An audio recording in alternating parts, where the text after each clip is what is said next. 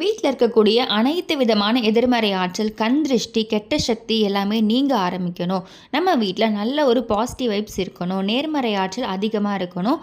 பண வரவு அதிகரிக்க தொடங்கணும். கடன் அடையணும். அது மட்டும் இல்லை, வீட்டில் வந்து கெட்ட கெட்ட கனவுகள் வந்துகிட்டே இருக்குது, தூங்க முடியல. இந்த மாதிரி எல்லா விஷயங்களுக்குமே ஒரே ஒரு எளிமையான விஷயம் இன்றைய இரவு நீங்கள் செய்யுங்க. கண்டிப்பாக உங்கள் வாழ்க்கையில் நல்ல மாற்றம் நடக்க ஆரம்பிக்கும். இன்றைய தினம் பார்த்திங்கன்னா ரொம்ப ஒரு விசேஷமான நாள். கார்த்திகை மாதத்தின் கடைசி நாள். அது மட்டும் இல்லை, கார்த்திகை தீபத்தோட 3வது நாள் மட்டும் இல்லாமல் கடைசி நாளும் இன்றைய தினம் தான். ஸோ இன்றும் நம்ம வந்து தீபம் ஏற்றுவோம். அது மட்டும் இல்லாமல் பௌர்ணமி திதியும் இன்றைய தினம் இருக்குது. ஸோ நேற்றிலிருந்து இன்று வரைக்குமே பௌர்ணமி திதி இருக்குது. குறிப்பாக இன்று சூரிய உதயத்தின் போது பௌர்ணமி திதி இருக்கிறதுனால இன்றும் பௌர்ணமியாக கணக்கெடுப்பாங்க. ஸோ அப்போது இன்று தினம் பௌர்ணமியும் இருக்குது, கார்த்திகை மாதமும் இருக்குது, கார்த்திகை மாதத்தின் கடைசி நாளாகவும் இருக்குது, தீபமும் இருக்குது. இந்த மாதிரி சக்தி வாய்ந்த ஒரு நாளில் நீங்கள் செய்யக்கூடிய ஒரு எளிமையான விஷயம் உங்களுக்கு நல்ல மாற்றத்தை ஏற்படுத்தி கொடுக்கும், நல்ல ஒரு பாசிட்டிவ் வைப்ஸை ஏற்படுத்தி கொடுக்கும். பௌர்ணமி திதி நேற்று மதியம்லேருந்து இன்று மதியம் வரைக்கும் இருந்தாலும் இன்று இரவு வரைக்குமே நம்ம வந்து கணக்கு எடுத்துக்கலாம். ஸோ இன்றைய தினம் பௌர்ணமி அப்படின்னு கணக்கு எடுத்துப்பாங்க. ஏன்னா காலை சூரிய உதயத்தின் போது பௌர்ணமி திதி இருக்கிறதுனால தான். ஸோ அதனால் இன்று இரவு தூங்குறதுக்கு முன்னாடி 12 மணிக்குள்ளே இதை கண்டிப்பாக செய்யுங்க. ரொம்ப ரொம்ப எளிமையான விஷயம். இதை அனைத்து மதத்தினருமே நீங்கள் செய்யலாம். இந்த ஒரு நாள் நீங்கள் தவற விட்டுட்டிங்கன்னா இந்த மாதிரி ஒரு சக்தி வாய்ந்த ஒரு நாள் கிடைக்கிறதுக்கு நமக்கு எப்போ மறுபடியும் இந்த மாதிரி கிடைக்கும்னு சொல்ல முடியாது. அதனால் இன்று இரவு நீங்கள் தூங்குறதுக்குள்ளே 12 மணிக்குள்ளே எப்பொழுது வேணது செய்து முடிங்க. ரொம்ப எளிமையான பொருட்கள், அனைத்து மதத்தினருமே செய்யக்கூடிய ஒரு எளிமையான விஷயம் இந்த பதிவில் பார்க்க போகிறோம். ஸோ அதுக்கு முன்னாடி இது வரைக்கும் பிரணவ் சமையலை சப்ஸ்கிரைப் பண்ணல, ஃபர்ஸ்ட் டைம் பார்க்குறீங்க அப்படின்னா மறக்காம சேனலை சப்ஸ்கிரைப் பண்ணிக்கோங்க. பக்கத்தில் இருக்க பெல் ஐக்கனை கிளிக் பண்ணிக்கோங்க. ஸோ தட் நம்ம போட்ட ஆன்மீக தகவல்கள் நீங்கள் மிஸ் பண்ணாமல் பார்க்கலாம், நோட்டிஃபிகேஷன்ஸ் வரும். கல்லடி பட்டாலும் கண்ணடி படக்கூடாதுன்னு சொல்லுவாங்க. கண் திருஷ்டிக்கு அவ்வளோ ஒரு பவர் இருக்குது. ஸோ ஒரு சிலர் வந்து ஒரு சில விஷயங்களில் ஜஸ்ட் மனசில் நினச்சாலே அது நமக்கு வந்து கண் திருஷ்டியாக மாறுது. அப்போது இந்த கந்திருஷ்டி எப்பொழுதுமே நம்மக்கிட்டேருந்து கழிக்க ஆரம்பிக்கணும். அது மட்டும் இல்லை, வீட்லேயுமே கந்திருஷ்டியை கழிக்க தொடங்க ஆரம்பிக்கணும். ஸோ வீட்டில் வந்து எதிர்மறை ஆற்றல் இருக்குது, கந்திருஷ்டி இருக்குது அப்படின்னா இதை எப்படி நம்ம வந்து ரிமூவ் பண்ணுறது அப்படின்றத தான் பார்க்க போகிறோம். நிறைய விஷயங்கள் இருக்குது. அதில் குறிப்பாக பார்த்திங்கன்னா நம்ம பயன்படுத்தக்கூடிய ஒரு சில பொருட்களுக்கு கந்திருஷ்டி கெட்ட சக்திகளை நீக்கிறதுக்கான ஒரு பவர் இருக்குது. ஸோ இதற்கு நமக்கு தேவையான பொருட்கள்னு பார்த்தீங்கன்னா அகல் விளக்கு, சின்னதாக அகல் விளக்கு இருந்தாலும் ஓகே. 4 அகல் விளக்கு எடுத்துக்கோங்க. 4 அகல் விளக்குலேயுமே நம்ம வந்து இப்போ ஒரு பொருளை நிரப்ப போகிறோம். இந்த அகல் விளக்குக்கு குங்குமம், மஞ்சள் எதுவுமே வைக்க வேண்டிய அவசியம் கிடையாது. சின்னதாக அகல் விளக்கு இருந்தாலும் போதுமானது. அகல் இல்லாதவங்க வேறு ஏதாச்சும் பவுல் இருக்குனாலும் அதை நீங்கள் எடுத்துக்கலாம். ஸோ இதில் கல்லுப்பு நிரப்பி வைங்க. இந்த கல்லுப்பு அப்படின்றது மகாலட்சுமி தாயோட அம்சம். மகாலட்சுமிக்கு ரொம்ப பிடிச்ச பொருள், மகாலட்சுமி வாசம் செய்யக்கூடிய பொருட்கள். 108 பொருட்களில் மகாலட்சுமி தாயார் இருக்காங்க. அதில் ஒரு முக்கியமான பொருள் இந்த கல்லுப்பு. இந்த கல்லுப்புக்கு நிறைய பவர் இருக்குது. நம்ம கிட்ட இருக்கக்கூடிய கந்திருஷ்டி நீக்கக்கூடிய ஒரு சக்தி இருக்குது, பண வரவை ஏற்படுத்தி கொடுக்கக்கூடிய ஒரு சக்தி இருக்குது, கெட்ட சக்தி எதிர்மறை ஆற்றலை நீக்கக்கூடிய ஒரு சக்தி இருக்குது. இந்த மாதிரி பல வகையான விஷயங்களுக்கு நம்ம இதை பயன்படுத்துவோம். அந்த கல்லுப்பை தான் நம்ம நிரப்பி வைக்க போகிறோம். ஸோ 4 அகல் விளக்குலையுமே கல்லுப்பு நிரப்பிட்டு வீட்டோட 4 மூலைகளிலுமே, உள்பக்கம் வெளியில் இல்லை, நம்ம வீட்டுக்குள்ளே 4 மூலைகளையுமே வைக்க போகிறோம். ஸோ இந்த அகல் விளக்குக்கு பதில் நீங்கள் பவுல் இருக்குது அப்படின்னா 4 பவுல் எடுத்துக்கலாம், 4 கண்ணாடி பவுல் எடுத்துக்கலாம். அப்படி இல்லைன்னா கொட்டாங்குச்சி இருக்குன்னா கொட்டாங்குச்சி எடுத்துக்கலாம். நீங்கள் இப்போ கொட்டாங்குச்சி எடுத்திங்கன்னா அந்த கொட்டாங்குச்சி முழுவதுமே நம்ம நிரப்புற மாதிரி இருக்கும். அதனால் சின்ன பாத்திரமாக நீங்கள் எடுத்துக்கினாலே போதுமானது. வீட்டில் இருக்கக்கூடிய கந்திருஷ்டி கெட்ட சக்தி எல்லாமே நீங்கள் ஆரம்பிக்கும். மூளை முடுக்குகளில் இருக்கக்கூடிய அனைத்து கெட்ட சக்திக்கு மேலும் நீங்கள் ஆரம்பிக்கும். பொதுவாக பார்த்தீங்கன்னா கதவுக்கு பின்னாடி மூளைகளில் தாமே வந்து எதிர்மறை ஆற்றல் இருக்கும், கெட்ட சக்தி தங்கும்னு சொல்லுவாங்க. அதனால தான் நம்ம சாம்பிராணி போடும்பொழுது கதவுகளுக்கு பின்னாடி எல்லா மூலை முடுக்குலையும் போடணும்னு சொல்லுவோம்.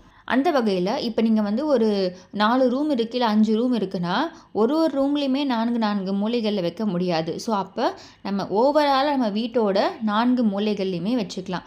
இப்போ வந்து ஒரு சிலருக்கு அந்த மூலைகளில் கரெக்டாக வைக்க முடியல, கொஞ்சம் தள்ளி வைக்கலாமான்னா கண்டிப்பாக தள்ளி வைக்கலாம். இப்போ அந்த மூலையில் வந்து வேறு ஏதோ இருக்குது, அங்கே வந்து வைக்க முடியல, இல்லை வேறு ஒரு ரூம் இருக்குது, அந்த ரூமை நாங்கள் யூஸ் பண்ண முடியல, அங்கே வைக்க முடியல, இந்த மாதிரிலாம் இருக்குனாலும் ஓகே, நீங்கள் வந்து கொஞ்சம் தள்ளியும் வச்சுக்கலாம். ஸோ அதே மாதிரி ஒரு ரூம்லேயுமே ஒரு அகல் விளக்கு கல்லுப்பு வைக்கலாம். இந்த மாதிரியும் நீங்கள் பயன்படுத்தலாம். ஸோ எப்பொழுதுமே ஹாலில் ஒரு கல்லுப்பு நிரப்பி ஒரு பவுலில் எப்பொழுதுமே ஹாலில் இருக்க மாதிரி பார்த்துக்கோங்க. வரவங்க அதை பார்க்குற மாதிரி இருக்கட்டும்.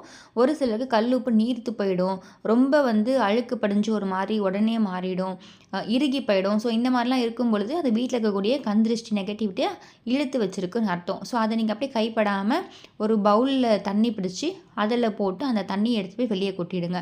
ஸோ இப்போ இன்று இரவு நீங்கள் என்ன செய்ய போகிறீங்கன்னா, இந்த 4 அகல் விளக்கு இருக்குது பார்த்தீங்களா, இந்த கல்லுப்பை வீட்டோட 4 மூலைகள்லையும் வச்சுருங்க. இன்று இரவு முழுவதும் அப்படியே இருக்கட்டும். நாளைக்கு காலையில் எந்திரிச்சதும் முதல் வேலையாக இந்த அகல் விளக்கு கல்லுப்பு இருக்குல்ல, இதை அப்படியே ஒரு தண்ணியில் கொட்டிடுங்க. கொஞ்சம் தண்ணியில் கொட்டிட்டு அந்த தண்ணீரை எடுத்துகிட்டு போய் வெளியே ஊற்றிடுங்க. மரங்களுக்கு அடியில், செடி கொடிகளில், இல்லை வீட்டில் தொட்டி இருக்குது அப்படின்னா அதில் ஊற்றலாம். வெளியே மண்பாங்கான இடத்துல ஊற்றலாம். ஸோ இதை நீங்கள் கொட்டும் பொழுது கையில் உப்பு நீங்கள் தொடாத மாதிரி பார்த்துக்கோங்க. அகலை பிடிச்சி அப்படியே கொட்டிடுங்க. அப்படி தெரியாமல் பட்டுருச்சுன்னா ஒன்றும் பிரச்சனை இல்லை. கையை நீங்கள் உடனே வாஷ் பண்ணிவிடுங்க. ஸோ இதை நீங்கள் ஏன் தண்ணீரில் கொட்டி அதை வெளியே கொட்டுறோன்னு பார்த்தீங்கன்னா, இந்த கல்லுப்பு இரவு முழுதுமே வீட்டில் எல்லா மூலைகள்லையுமே இருக்கும். ஸோ மூளை முடுக்கில் தான் நான் சொன்ன மாதிரி எதிர்மறை ஆற்றல், கெட்ட சக்தி எல்லாமே இருக்கும். நெகட்டிவ் எனர்ஜி எல்லாமே இதை அப்சர்வ் பண்ணி வச்சுருக்கோம். அதே மாதிரி ஒரு சிலர் வீட்டுக்கு வந்துட்டு போனதுமே வீட்டில் சண்டைகள், பிரச்சனைகள் இந்த மாதிரி இருக்கும். ஸோ நார்மலாக போயிட்டுருக்கோம். பட் ஒரு சிலர் வந்துட்டு போனதுமே பார்த்திங்கன்னா ஒரு விதமான சண்டைகள், அடிக்கடி பிரச்சனைகள் இருக்கும். ஸோ இந்த மாதிரி இது எல்லாமே காரணம் பார்த்திங்கன்னா கந்திருஷ்டி தான். அந்த கந்திருஷ்டி எல்லாமே இதை அப்சர்வ் பண்ணி வச்சுருக்கோம். ஸோ அதுவும் இன்றைய தினம் பௌர்ணமி தினத்தோடு வந்திருக்கக்கூடிய கார்த்திகை மாதத்தின் கடைசி நாள் அப்படின்றதுனால தீபமும் இருக்குது. கார்த்திகை தீபத்தின் 3வது நாளாக இருக்குது அப்படின்றதுனால இந்த விசேஷமான நாளில் நம்ம தவற விடக்கூடாது. ஸோ இந்த 4 அகல் விளக்கு இல்லைனாலுமே ஏதாச்சும் ஒரு பவுலில் கண்டிப்பாக கொட்டி 4 மூலைகளையுமே வீட்டில் வைங்க. ஸோ இது மட்டும் இல்லாமல் வீட்டில் எப்பொழுதுமே நீங்கள் ஒரு பவுலில் பார்த்தீங்கன்னா கல்லுப்பு, அதில் ஒரு 27 மிளகு, ஒரு சின்ன துண்டு பச்சை கற்பூரம் வச்சுட்டு இதை ஹாலில் வச்சுருங்க. இதை வரவங்க பார்க்கணும். மற்றவர்கள் அதை பார்க்கும்போது அந்த மிளகு, பச்சை கற்பூரம், கல்லுப்பு இது எல்லாமே அந்த கந்திருஷ்டியை உள்வாங்கி வச்சுருக்கோம். அதே மாதிரி இதை வைக்கிறதுனால கண்டிப்பாக உங்களுடைய கடன் பிரச்சனை படிப்படியாக தீர ஆரம்பிக்கும். கடன் அடையும், பணம் சேர தொடங்க ஆரம்பிக்கும், தொழிலில் நல்ல முன்னேற்றம் ஏற்படும், வருமானம் உங்களுக்கு ரெட்டிப்பாக தொடங்க ஆரம்பிக்கும். ஸோ இது ரொம்ப வருஷமாக நான் பயன்படுத்திகிட்டு இருக்கேன். இந்த மிளகு, பச்சை கற்பூரம், கல்லுப்பு நிறைய பேர் இதை பயன்படுத்தி நல்ல நல்ல ரிசல்ட் சொல்லியிருக்கீங்க. ஸோ அதனால் அதையும் நீங்கள் இன்றைய தினம் மறக்காமல் வைங்க. ஏன்னா இன்றைய தினம் பௌர்ணமி. ஒவ்வொரு பௌர்ணமி, அமாவாசை தினத்தில் மட்டும் இதை நீங்கள் மாற்றினா போதும். 15 நாட்களுக்கு ஒரு தடவை மாற்றினா போதும். இன்றைய தினம் இதை நீங்கள் வைங்க. ஆல்ரெடி செஞ்சிட்ருக்கீங்கன்னா அதை இன்றைய தினம் மாற்றுறதுக்கு மறந்துடாதீங்க. நேற்று மாற்றிருந்தாலும் ஓகே தான். இந்த 3 பொருட்களுமே பார்த்திங்கன்னா சேம் அதே மாதிரி தண்ணீரில் கொட்டி அதை வெளியே ஊற்றிடுங்க. இதை நீங்கள் செய்யும் பொழுது உங்களுக்கு கண்டிப்பாக பண வரவில் மாற்றம் ஏற்பட தொடங்க ஆரம்பிக்கும், பணம் சேர தொடங்க ஆரம்பிக்கும். சின்ன சின்ன விஷயங்கள் தான், ஆனால் இதை நீங்கள் செய்கிறதுனால உங்கள் வாழ்க்கையில் பெரிய அளவில் மாற்றம் ஏற்பட தொடங்கும். நம்பிக்கையோடு செய்யுங்க. அதே மாதிரி இதை மட்டும் நம்ம செஞ்சுட்டு நம்ம சும்மா இருக்கலாம், நம்மளுடைய கடன் அடையும் வெயிட் பண்ணக்கூடாது. நீங்கள் உங்களுடைய முயற்சி, உங்களுடைய உழைப்பை கண்டிப்பாக போடுங்க. அதில் 200% உங்களுக்கு வெற்றி கிடைக்கும். இந்த மாதிரி நீங்கள் ஒவ்வொரு அமாவாசை பௌர்ணமியில் செய்ய போகிறீங்க. இன்றைய தினம் பௌர்ணமி, அடுத்த அமாவாசை எப்போ வருதோ அப்போ இதே மாதிரி செய்யுங்க. இதை தவிர்த்து இந்த 4 மூலைகள்லையும் வீட்டில் கல்லுப்பு வைக்கிறதும், அதே மாதிரி ஒரு பவுலில் கல்லுப்பு, மிளகு, பச்சை கற்பூரம் வைக்கிறதுமே நீங்கள் அடுத்த அமாவாசையில் செய்யுங்க போதும். இந்த மாதிரி நீங்கள் செய்யும் பொழுது கண்டிப்பாக உங்கள் வீட்டில் நல்ல ஒரு நேர்மறை ஆற்றல் வர தொடங்க ஆரம்பிக்கும். ஸோ இந்த பதிவு கண்டிப்பாக உங்களுக்கு யூஸ்ஃபுல்லாக இருக்கும்னு நினைக்கிறேன். இந்த பதிவு பிடிச்சிருக்கு, இந்த பதிவில் ஏதாவது சந்தேகம் இருக்குன்னா கண்டிப்பாக கமெண்ட் பாக்ஸில் கமெண்ட் பண்ணுங்கள். இந்த பதிவு பிடிச்சிருக்குன்னா மறக்காமல் பிராணம் சமையலரை சப்ஸ்கிரைப் பண்ணிக்கோங்க. பக்கத்தில் இருக்க பெல் ஐக்கனை கிளிக் பண்ணிக்கோங்க. ஸோ தட் நம்ம போகிற ஆன்மீக தகவல்கள் நீங்கள் மிஸ் பண்ணாமல் பார்க்கலாம், நோட்டிஃபிகேஷன்ஸ் வரும். மீண்டும் இன்னொரு நல்ல பதிவில் உங்களை சந்திக்கிறேன். மறக்காமல் சேனலை சப்ஸ்கிரைப் பண்ணிக்கோங்க. நன்றி.